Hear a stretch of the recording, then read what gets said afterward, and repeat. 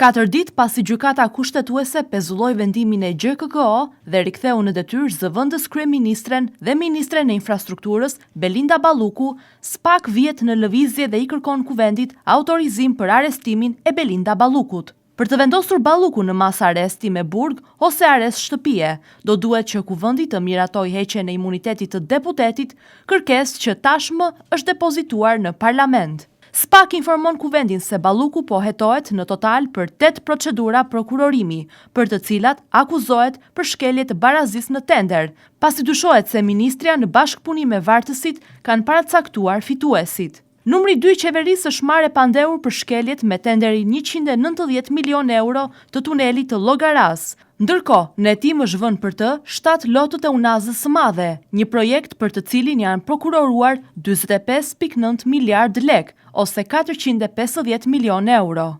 I menjëhershëm ishte reagimi kryeministrit Edi Rama, i cili shkroi se arestet pa gjyq janë bërë modë vrazhd në Shqipëri, por premton se për rastin në fjalë do të japin opinionet e tyre dhe do të mbajnë një qëndrim të drejtë. Ne s'mund dhe s'do ta paragjykojmë kërkesën e prokurorit special, por duke qenë se ndryshe nga proceset e tjera ku ne si rregull s'flasim për përmbajtjen e çështjeve, këtëherë na kërkohet të japim opinionin ton. Ne do të angazhohemi me gjithë përgjegjësinë ton përpara shqiptarëve që na dhanë 83 mandate e do të përgatitemi për të mbajtur një qëndrim të drejtë, të qartë e të denjë si forca udhëheqëse e vendit dhe reformës në drejtësi.